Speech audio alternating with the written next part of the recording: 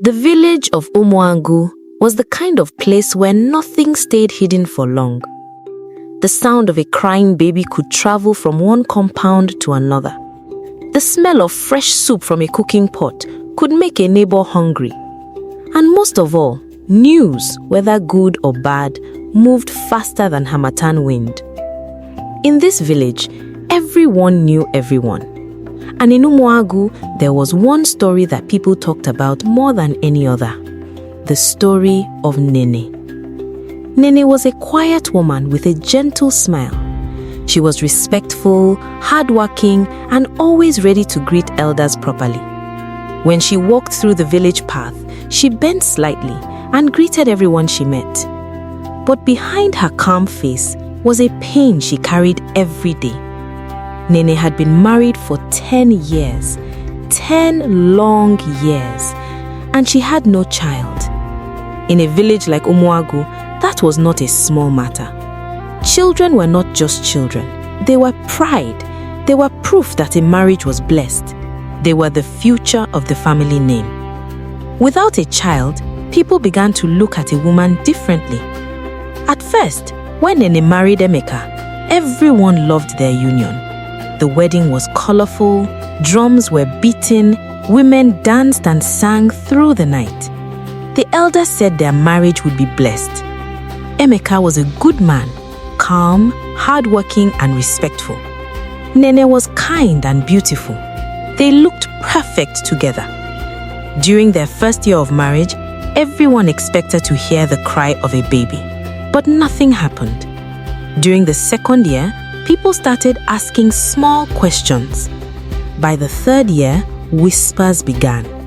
By the fifth year, the whispers turned into gossip. And by the 10th year, Nene had become something else in the village, a laughing stock, a woman people used as an example when warning their daughters. Everywhere she went, people talked. At the market, on the farm, even beside the village well. One afternoon at the market, two women stood near the vegetable stall. One of them looked at Nene as she passed. 10 years, the woman said quietly. The other woman shook her head. If it were me, I would have already brought another wife for my husband. They both laughed softly. Nene heard them. She pretended she did not. She continued walking. But inside her heart, the words cut deep. At home, she tried to remain strong.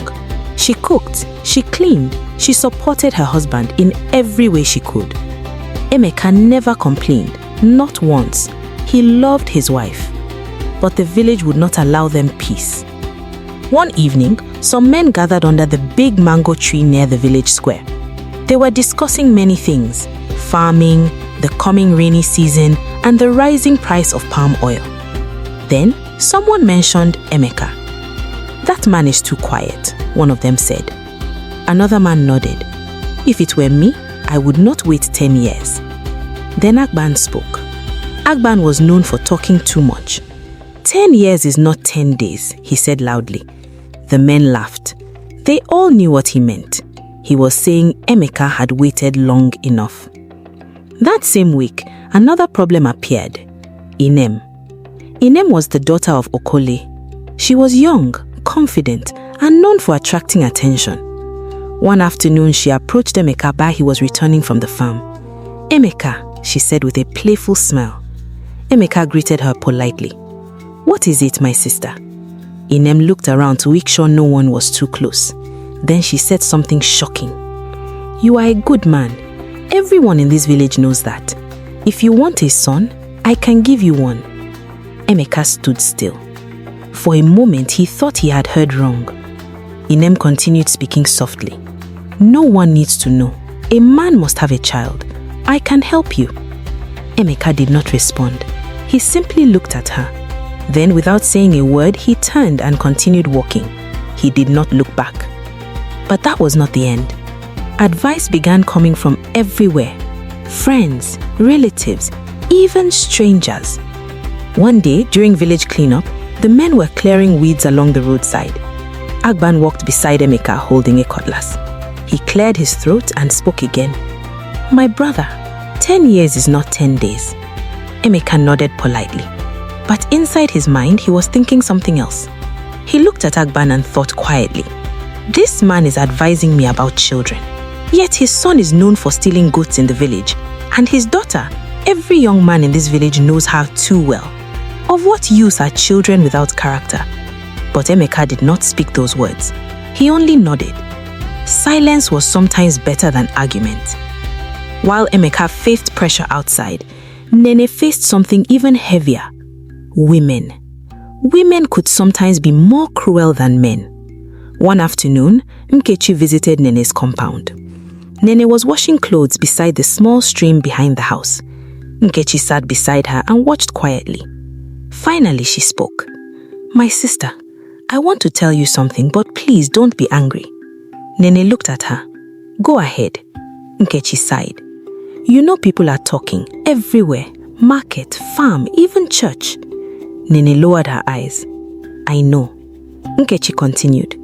"You are a good woman, but maybe the only way to keep your respect is to choose a young maiden yourself." Nene stopped washing.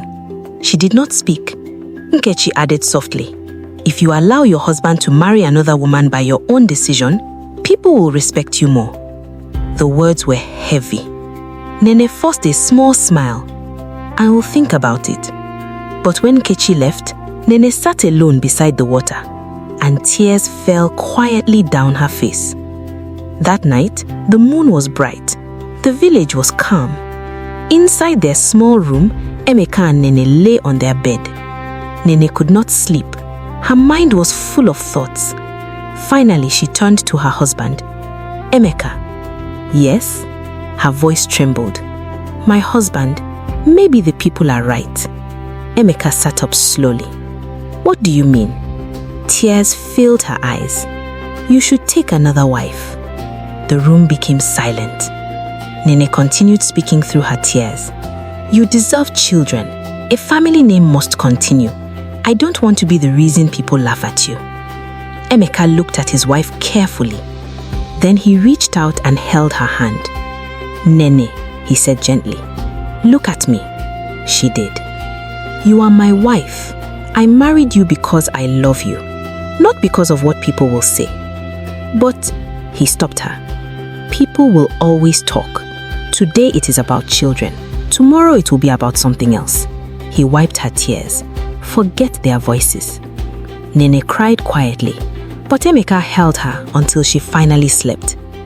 Outside, the village continued its gossip. Days passed, weeks passed, months passed. Then something unexpected happened. One morning, Nene felt strange. She felt tired. Her body was weak. At first, she thought it was ordinary sickness. But after some days, she began to suspect something. She visited an elderly woman in the village who understood women's matters. After some examination, the old woman smiled. "My daughter, you are pregnant." Nene froze. She thought she had heard wrong. "Are you sure?" The old woman laughed softly. "I have delivered children in this village before your mother was born. I know what I am saying." Nene's heart began to beat fast. For 10 years she had waited. 10 years of tears. 10 years of shame. And now, could it be true? When she told Emeka that evening, the man stood still for several seconds. Then he lifted his wife into the air. "My God!" he shouted happily. From that day, Emeka became the most protective husband in Umuagu. He refused to let Nene carry heavy loads. He fetched wood fire. He fetched water. He even cooked sometimes. At the farm, he worked twice as hard.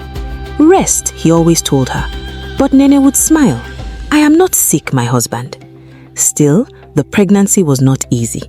There were days she felt weak, days she could not eat, days she feared something might go wrong.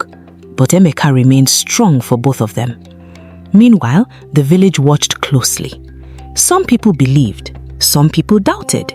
"Let us wait," one woman said. "Until a child is born, nothing is certain." Months passed slowly.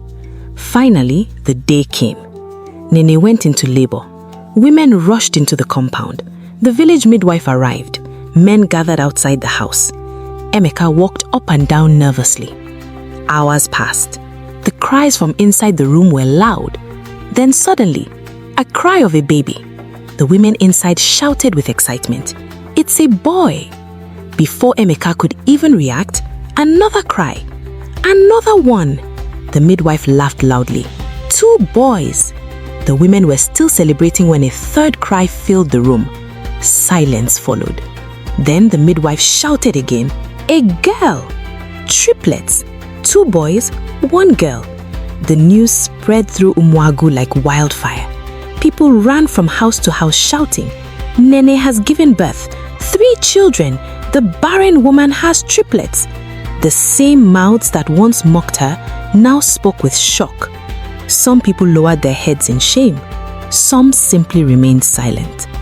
God had answered. And the village would never forget that day.